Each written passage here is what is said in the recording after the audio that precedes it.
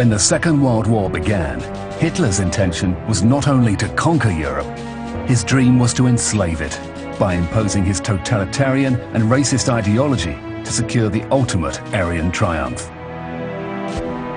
But his supremacy was challenged from the outset. In occupied countries, men and women rejecting brute force and barbarity rose up and resisted.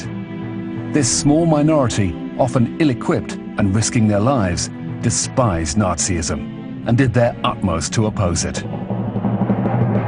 Now, members of this secret army from the four corners of Europe reveal the amazing story of their courage and commitment.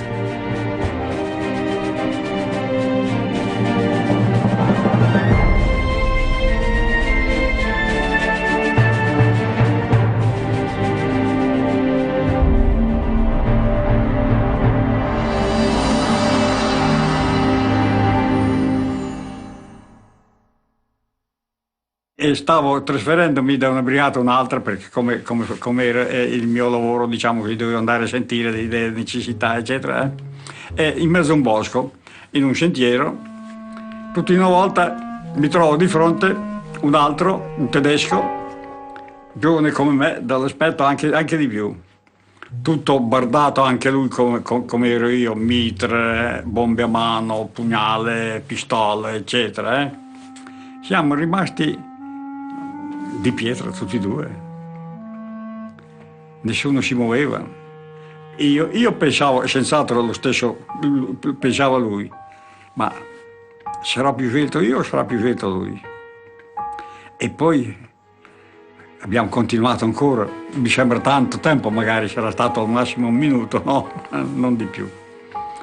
Poi ho provato a sorridere un po' con la bocca. E lui, anche lui. Allora ho fatto un pochettino dalla mia destra. Lui fa lo stesso che faccio io, poi ne faccio un altro. Ci siamo passati a distanza di un metro e mezzo, poco più, no? Tutti e due sorridenti finché, ma ci siamo sempre guardati, finché lui ha girato e io ho girato anch'io perché la strada non era dritta, no? Girava anche. Guardi, è stata una bellezza perché non avevamo voglia di ammazzarci, volevamo vivere ancora la nostra giovinezza. In 1944, Germany began to falter in the face of the Allied advance. In the west, the Normandy landings began on the 6th of June, while in the east, the Red Army launched a new offensive on the 22nd. Finally, the dreams of the resistance were becoming a reality.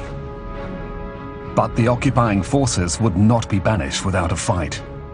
Although overwhelmingly outnumbered, the resistance became involved in battles, assisting regular troops and sabotaging targets. Some resistance fighters launched insurrections, attempting to liberate themselves unaided before the arrival of the Allies. At stake was the ultimate prize of power and a future political role in a world purged of Nazism. Everyone wanted the victory which had cost so much to herald a new and long-lasting political and social order.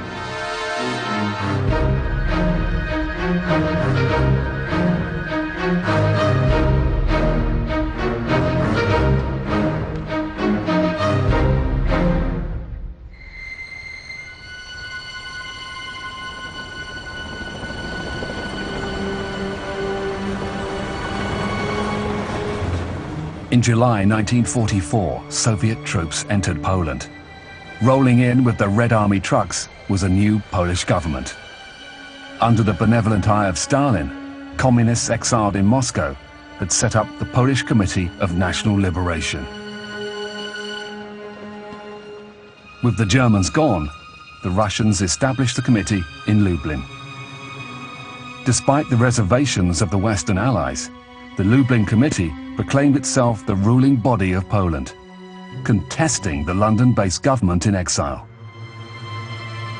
It issued reforms and agreed to cede Ukraine and Polish Byelorussia to the USSR. For the government in exile and the local resistance, these measures amounted to an attack by the Soviet Union. The resistance fighters of Poland's home army decided to act. They wanted to liberate Warsaw from the Germans and seize power before the Russians arrived. Polish resistance fighters had long since set up underground workshops manufacturing rudimentary weapons. But they needed the support of the Allies. Britain sent airdrops, but there were not enough, and many never reached the resistance. Of the 46,000 insurgents in Warsaw, less than half were armed with guns. At the beginning of the uprising, they had only a few days' worth of ammunition. With no defense against German air attacks, they fought alone for 63 days. Ludzie pomagali budować, czy sami budowali barykady, wyrywali z jezdni kamienie polne takie i budowali zapory, żeby Niemcy przejść nie mogli. Wszyscy mieszkańcy wiwatowali na cześć powstańców. Pierwszego, drugiego, trzeciego dnia, ale później już mniej.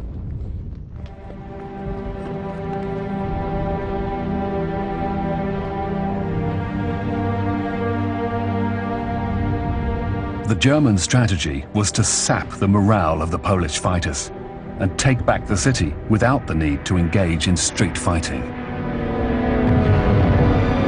They bombed the city heavily from land and air, including a barrage of 2-ton shells from the giant Thor mortar. Bereft of any heavy armament or air support, the insurgents had no reply. Their only hope now was the Russians. By the 1st of August, General Rokossowski's troops were 10 kilometers from Warsaw. They had advanced 600 kilometers in 6 weeks, but the last 10 would take an eternity. The Red Army remained poised for action across the Vistula for 40 days. Despite the risks of delaying the offensive against Reich territory, Stalin coldly decided to let the uprising burn itself out, without even bothering to challenge the Luftwaffe's control of the skies. A co Rosjanie? Nienawidziliśmy ich za to, że oni, jeżeli chcieli udzielać tej pomocy, nie udzielili trochę wcześniej, za to, że oni nam niby robili zrzuty, ale to były zrzuty z suchego pieczywa. Jeżeli była broń, to nie była dobrze opakowana. Jeżeli spadała, to była uszkodzona. From the 7th of August, the German troops were reinforced by the arrival of panzer divisions. Ja dostałem dowództwo grupy szturmowej, która była wyłoniona z żołnierzy z pierwszej kompanii batalionu Parasol i miałem dosyć dobrą grupę. Naszym nieprzyjacielem od początku walk był batalion, a nawet brygada Dillenwagera SS, które było złożone z kłusowników, przestępców zwolnionych z więzień i z obozów karnych, którzy za to, że dostawali wolność, walczyli na śmierć i życie. To był bardzo niebezpieczny żołnierz, bardzo dobrzy strzelcy, bo byli kłusownicy przeważnie, którzy byli wyborowymi strzelcami i strzelali albo między oczy, albo w brodę, albo w serce. Spadłem na duży dom, który stał na rogu, na Wolskiej, pozycja 40-42. Mnie chodziło o to, że zwalczanie takiego wyborowego batalionu, czy kompanii nawet, która była powiększona do 200 ludzi, wymaga zasadzki. 4 sierpnia miałem tą fortecę zrobioną, wszystko było ściągnięte, pozycje strzeleckie były bardzo dobre. Ja nie brałem do niewoli tych Dillenwagerów wcale. Także kto był ranny, zdychał po prostu. 4 zrobiliśmy taką małą wieczorynkę, na którą zaprosiliśmy trochę kolegów z innych jednostek i było dużo łączniczek i sanitariuszek i był młody człowiek, Ziutek Szczepański, podchorąży, który skomponował na pianinie, które było na górze w salonie, piosenkę Pałacyk Michla Żytnia Wola. Ta piosenka zaczęła być popularna, śpiewana, do tej pory jeszcze śpiewa. Ta wieczorynka była miła, dużo się gadało, trochę się śpiewało o innych legionowych, harcerskich piosenek i wojskowych, o kawalerii, o pięknych dziewczynkach, takie coś i to było miłe. Niestety następnego dnia goniec przyleciał do mnie o 6, ja spałem tam na górze na kanapie i mówi, że niemiecka piechota SS idzie w marszu zwartym przez Wolską i idzie w kierunku tego domu.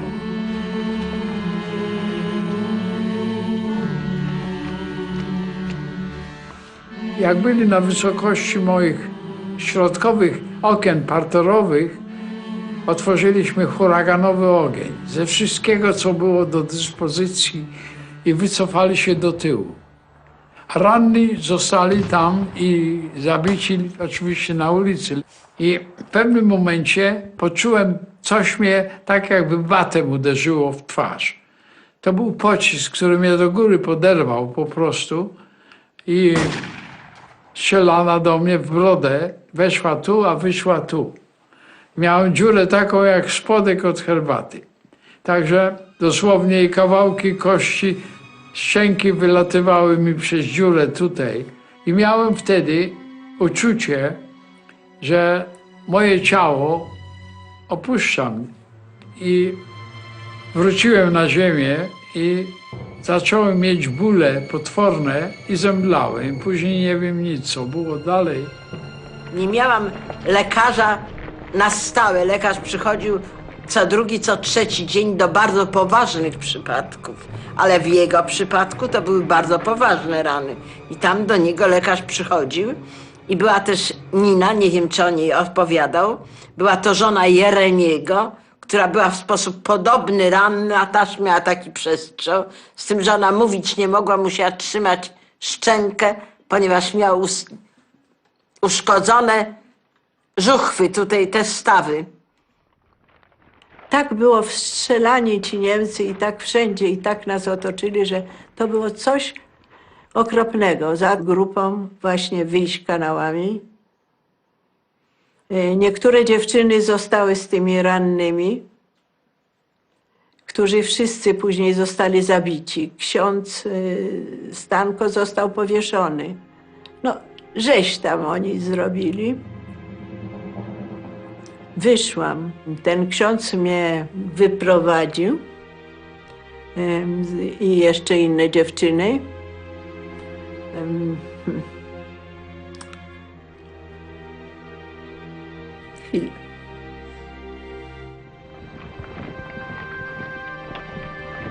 The insurgents fought bravely for 2 months, until the 2nd of October, when the uprising was finally quelled by German tanks. General Bohr-Komorowski surrendered.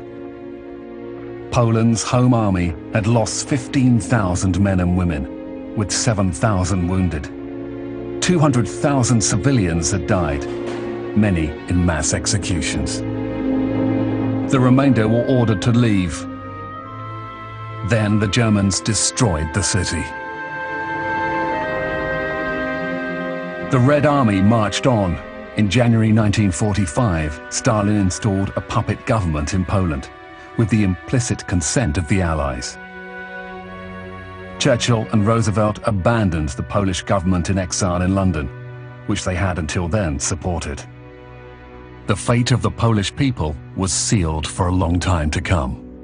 Ta wojna dla Polaka trwała do roku 1989, a nie do roku 1945. Bo ja jeszcze w tak zwanej ludowej Polsce 6,5 roku siedziałem w więzieniach i byłem traktowany nie lepiej niż w Oświęcimiu. Z tą różnicą, że przez Polaków, a nie przez Niemców. To inny rozdział. Ale podobne rzeczy przechodzili Czesi, Słowacy, Rumuni, Litwini, Łotysze, Estończycy, wielu Rosjan zresztą też, prawda? Tak, także o tym nie ma co mówić. Dla mnie, co ta wojna mi zabrała? Całe normalne życie, Bo trudno powiedzieć, że jeżeli w roku 1989 przywrócono suwerenność mojego kraju, a ja w 90 zaszedłem do pracy państwowej i zostałem od razu pierwszym ambasadorem Polski w Wiedniu, to jak ja zostałem, mając 69 lat, ambasadorem Polski, to znaczy tych poprzednich lat nie było, kiedy byłem pomiatany, kiedy byłem aresztowany, kiedy byłem cenzurowany, kiedy nie mogłem drukować książek, kiedy nie mogłem normalnie żyć, kiedy nie mogłem normalnie podróżować. One były. W mojej biografii, w mojej głowie, w moim ciele to było. No matter how important a resistance movement had been to its country, it counted for little when the Allies drew up strategic agreements to carve up Europe. Churchill and Roosevelt had abandoned Poland to Soviet influence.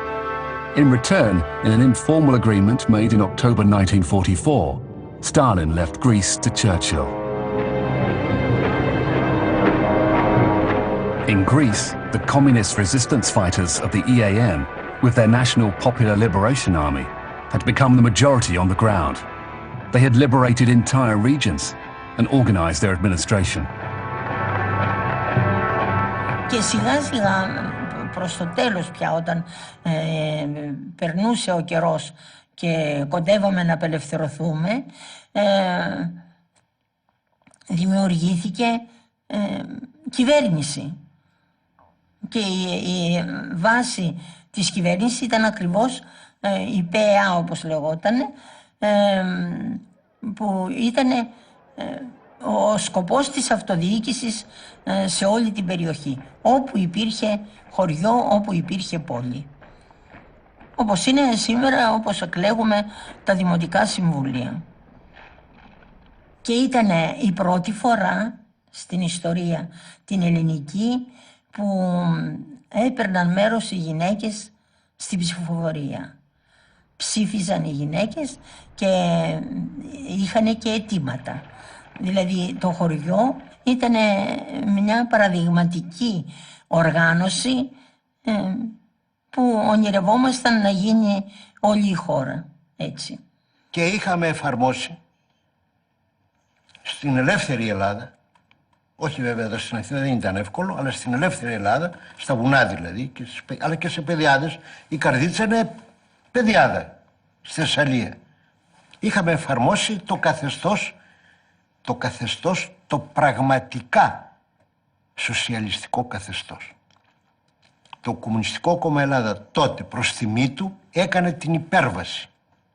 Δηλαδή, τι εννοούμε υπέρβαση? Έδωσε την εξουσία στο λαό. But for Churchill to lose control of Greece would be to lose control of part of the Mediterranean. Allowing a government with communist sympathies to become established was out of the question. He wanted the king back. My impression was that there were very, very few people in Greece who wanted the king back. He had been associated with the Metaxas dictatorship, and he was unpopular. And very, very few people wanted him back. We tried to tell the Foreign Office, and we got a flea in our ear for doing so. The trouble with Greece was that there were two British policies. The policy of SOE was to set Europe ablaze, which meant guerrilla action, sabotage, and so on. The policy of the Foreign Office was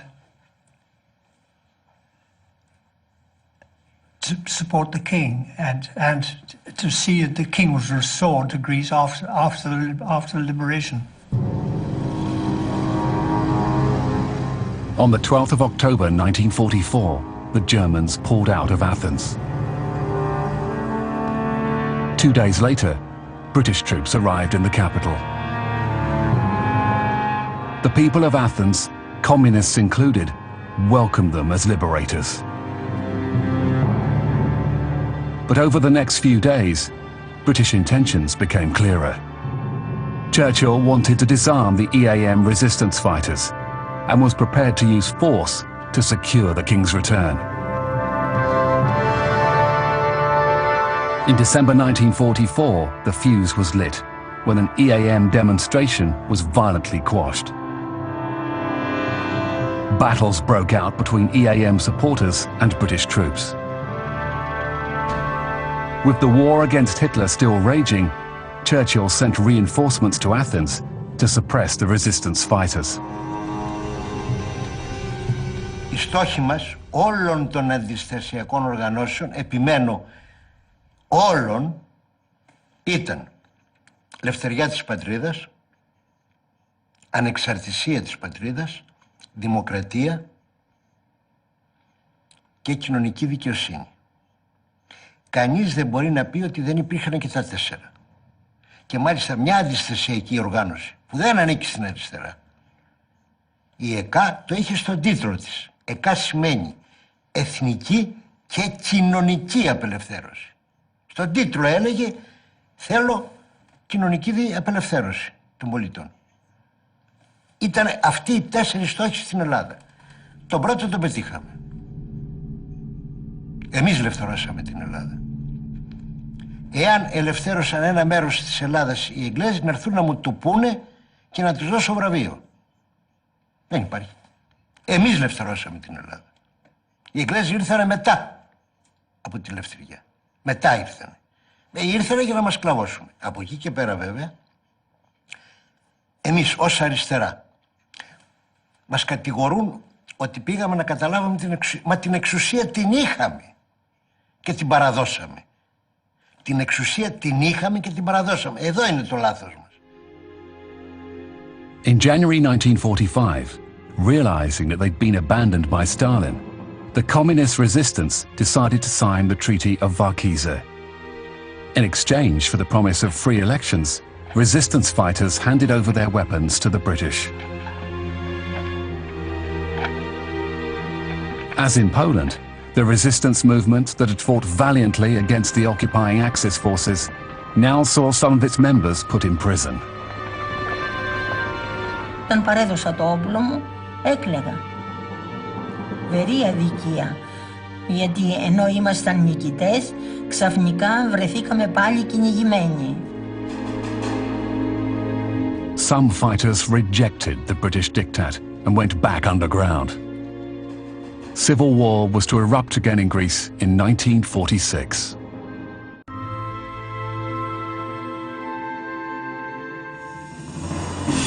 In August 1944, another European capital rose up. In Paris, the French forces of the interior, an umbrella group of resistance fighters of all persuasions, took to the streets. The National Council of the Resistance, which coordinated the various groups, took up residence in the town hall. For these resistance fighters, it was important to show that they were in the front line in the fight for the liberation of their country. But there were still 17,000 Germans in Paris, along with 100 or so tanks. Das war so Tag 2 vor dem Aufstand. Und das war irgendwie, auf der Straße war kein Mensch. Die Deutschen, die waren alle eingekesselt. Die trauten sich nicht allein, ein Deutscher, da gab es da untere gar nicht mehr. Die trauten sich nur in langen Kolonnen irgendwie zu gehen in Paris. Und ich bin dann da allein in Uniform durch ganz Paris gefahren, bis dann in der Nähe der Champs-Élysées. Und ich denke, zu meinem Friseur, vielleicht ist der da. Wo soll ich sonst hin? Der Friseur war zum Glück da. Naja, hat er mich empfangen, die Uniform in den Ofen gesteckt, Soldbuch im Ofen rein. Dann hat er mir dann Zivilklamotten gegeben. Die haben mich benutzt, weil ich ja Deutsch sprach, mich mit der weißen Fahne an die Kolonnen, hier in der eingeschlossenen, dass ich versuchen sollte, mit denen zu sprechen, damit sie kapitulierten. Und ich habe das auch ein paar Mal versucht. Ich habe mich dann ausgegeben als Elsässer, der für die Resistance spricht und ihnen Leben garantiert, Gefangenschaft natürlich, aber da war keiner dabei. Charles de Gaulle, intending to prove that he was the leader in waiting, insisted to the Americans that French troops be allowed to enter the capital to help the insurgents. On the 24th of August, the 2nd French Armoured Division entered Paris, encountering little opposition. On the afternoon of the 25th, the Germans surrendered. General de Gaulle walked triumphantly down the Champs-Élysées, although some isolated German snipers continued to spoil the party. Paris had been taken with little loss of life. For the French, the liberation of the city by their own forces heralded the rebirth of France and established de Gaulle as its leader.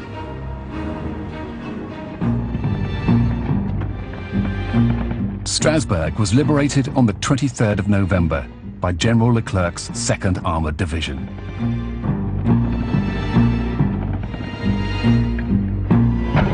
On the 31st of December, Hitler launched a counter-offensive in the Ardennes, but it failed to stem the advance of the Allies, closing in on both the eastern and western fronts. Cologne was taken on the 7th of March 1945 by the Americans. By early April, they were nearing Hanover. Stefan Hessel managed to escape from the concentration camp he was held in. Hanovre venait d'être évacué par l'armée allemande. Les habitants de Hanovre étaient dans leur ville, perdus, en plein désarroi. J'ai commencé à parler un peu avec eux. Je leur ai dit, qu'est-ce que vous croyez qu'il va vous arriver? Oh là là, m'en parlez pas. L'armée nous a laissé tomber, les SS ne sont plus là, on va nous traiter pique-pendre, qu'est-ce que les Alliés vont penser de cette Allemagne? Bon, c'était une période de gros désarroi. Et je leur ai dit, mais vous savez, peut-être, vous pouvez peut-être m'aider, me dire simplement, les Américains ne doivent pas être loin. Ils m'ont dit, mais oui, les Américains sont là. Vous voyez là derrière, là, hein, la petite forêt qui est là derrière. Ils sont là, les Américains, ils attendent pour délivrer la ville, mais ils ne sont pas encore venus. Ah, j'ai dit, très bien, merci. Je me suis sauvé et je suis tombé effectivement sur l'étoile américaine, un char, un commandant. Je lui ai dit, voilà, je suis un Français déporté. Qu'est-ce que c'est que ça? Bon. Et qui connaissez-vous du côté français? Je dis, je connais le général de Gaulle. Bon. Bref, il m'a amené à un médecin qui m'a dit, surtout ne mangez pas trop. Parce que ça, c'est mauvais quand on n'a pas beaucoup mangé et qu'on mange tout à coup beaucoup. J'ai dit, j'ai bien compris, une pomme, c'est tout. Et je lui ai dit, moi, je suis furieux parce que de toute cette guerre, je n'ai pas encore tiré un coup de feu. Alors, je vous demande de m'accepter dans une unité américaine, n'importe laquelle, celle qui continue à avancer, qui va libérer Hanovre, qui va continuer direction Berlin. Vous voyez le type de gars que j'étais. Bon, et bien, on me dit, bah, bravo, voilà un uniforme américain, on vous met dans un command car et on va de l'avant. Et quand ici, si on trouve des prisonniers, vous nous aidez à les faire parler. Oui, d'accord, on y va. On a fait comme ça au moins 3 jours. Et au bout de 3 jours, on est arrivé dans un petit bled. Et dans ce bled, on m'a dit, vous êtes fatigué, allez vous reposer là-haut. Et si on s'en va, on vous réveillera. On a déjà fait 4 prisonniers qu'on garde dans la cave. Quand on s'en va, on vous avertira. Et puis, curieusement, je me réveille à 7 heures du matin, tout seul. Les SS avaient repris le petit village. Mes petits camarades américains s'étaient sauvés à toute l'heure. Ils avaient oublié leur capitaine français. Et quant aux prisonniers allemands, ils n'étaient plus prisonniers. Alors ça, c'était pénible. Et j'ai été me présenter au commandant SS qui m'a dit, vous savez, nous, les SS, nous ne faisons pas de prisonniers, nous fusillons tout de suite. Je lui ai dit, je suis sûr que c'est une réputation très exagérée. Vous pouvez pas faire ça maintenant, la guerre est presque finie. Donnez-moi plutôt quelques camarades allemands pour m'accompagner. On va essayer de voir par la forêt ce qu'on peut faire. Et on est parti. Au début, on était 5. À la fin, on était 14. Et je leur ai dit, vous savez, chez les Américains, il y a du whisky et des cigarettes. venez, suivez-moi, on va y arriver. Je n'avais aucune idée où les Américains étaient partis. Mais on a de l'imagination dans ces situations. Et je suis tombé pile sur le village voisin. Oh, French Captain, quelle chance! Mais vous venez pas tout seul. Non, je viens avec 14 prisonniers. Ah, ça alors c'est formidable, 14 prisonniers. Alors je possède encore un joli papier rédigé par le capitaine américain, French Captain Stephen Hessel, has come back single-handed with 14 prisoners. Alors, après, je leur ai dit, bon, maintenant ça suffit, on a assez rigolé, renvoyez-moi en France.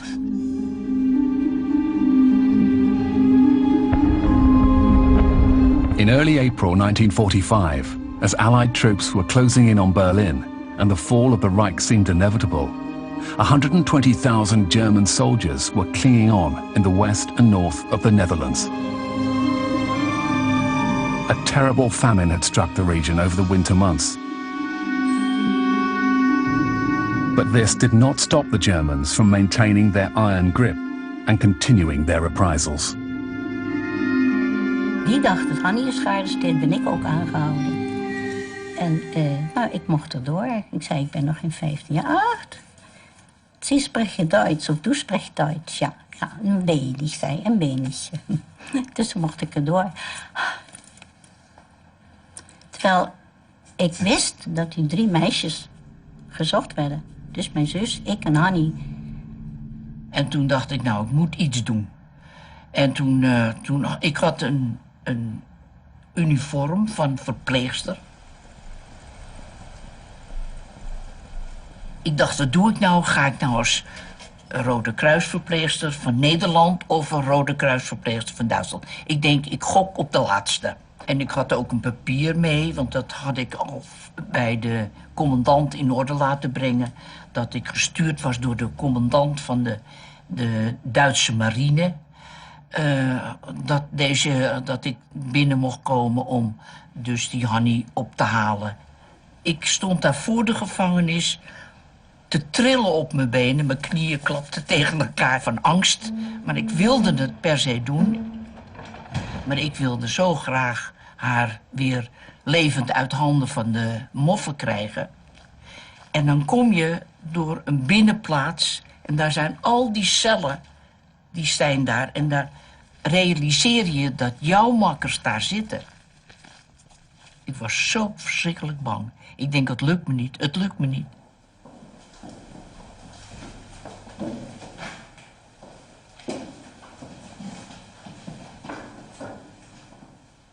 Nou, toen kwam die afzeering, zo'n opdondertje, het was een...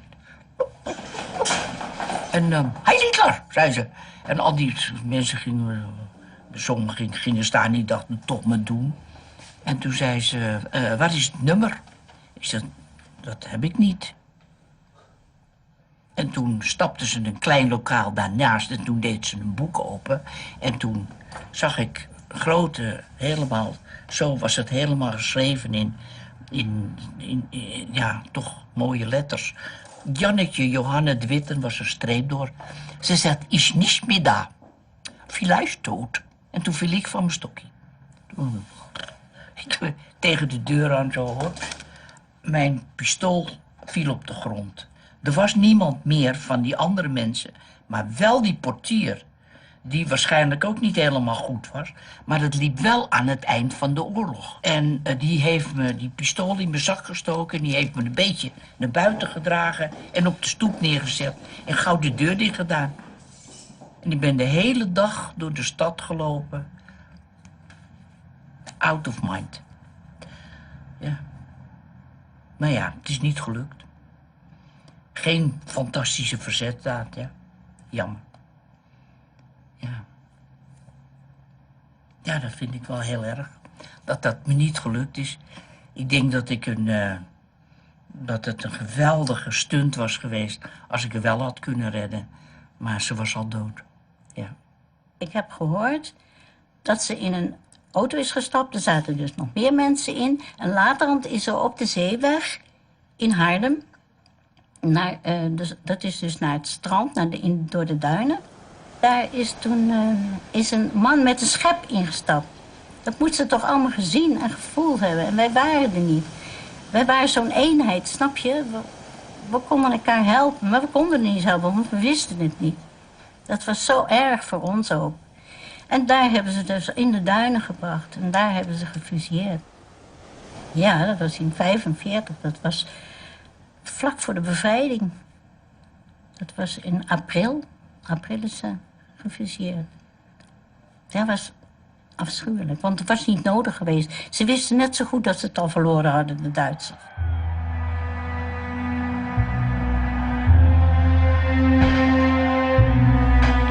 The capitulation of German forces in the Netherlands finally came on the 5th of May 1945, just 3 days before the war in Europe ended. In the dunes at Haarlem, the remains of numerous resistance fighters were found. Among them was the body of Annie Schaft. Ja, we hadden toen het ideaal samen met Hannie opgebouwd om andere landen te gaan bevrijden. Zo'n soort Che Guevara-gedachte, die wel heel erg idealistisch is, maar niet zo realistisch. Maar het rare is dat Hannie, toen we erover spraken, zei... Nee hoor, ik denk dat ik wel dan begraven word met de koningin erbij. En dat is ook zo gebeurd. Dat is raar. Een rare gedachte. Ik geloof niet in voorspellingen. Ik ben niet gelovig. Maar we hebben er... Wel, nee, zei Freddy. Wel, nee, meid. We worden met vlaggen en wimpel worden we binnengehaald. Dat is ook niet zo waar gebeurd. Maar ik geloofde dat we dat toch niet volbrengen konden. En de bevrijding was voor ons natuurlijk, omdat Hannie er niet was, ook een diepe teleurstelling. We konden niet blij zijn met alle mensen. We waren wel blij voor het volk, maar niet voor onszelf. Er was geen bevrijdend gevoel. Want overal waar je kwam in huishoudens, dan zei je, nou, hoe gaat het nou met jullie? Ja, Wim is gefusilleerd, of Frans die is omgekomen in het concentratie. Overal waar je in huizen kwam, daar was wel een slachtoffer. En dat is ook niet om blij van te worden, nee.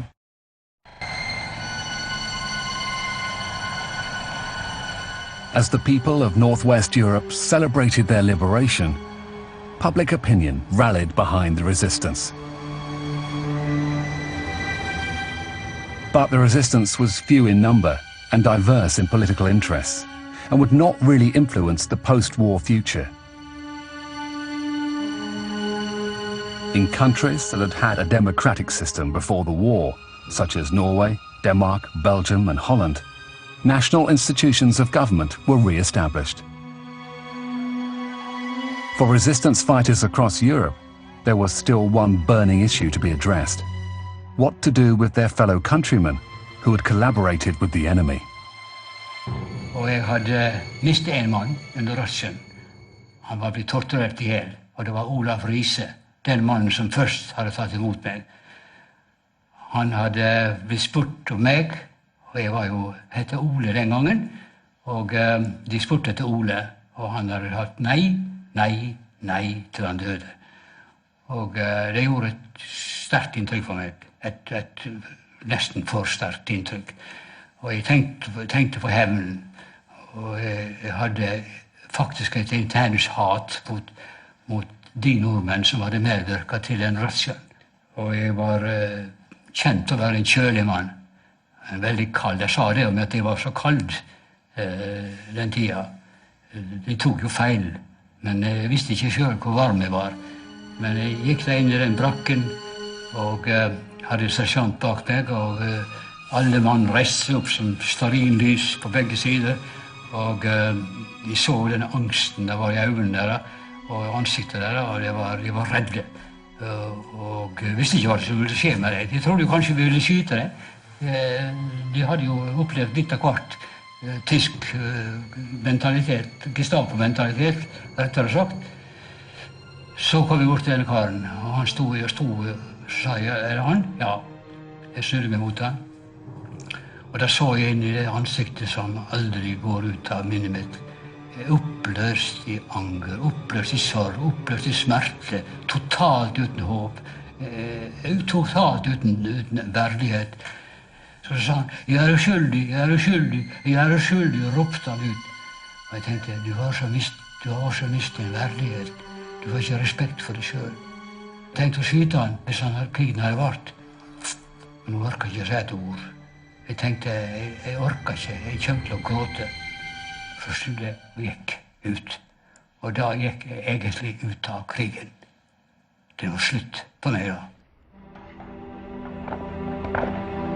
With the world emerging from the chaos of war, with the bombed-out remains of Berlin occupied by the victors, and with Germany down and out for a long time to come, just how effective had the actions of the resistance been?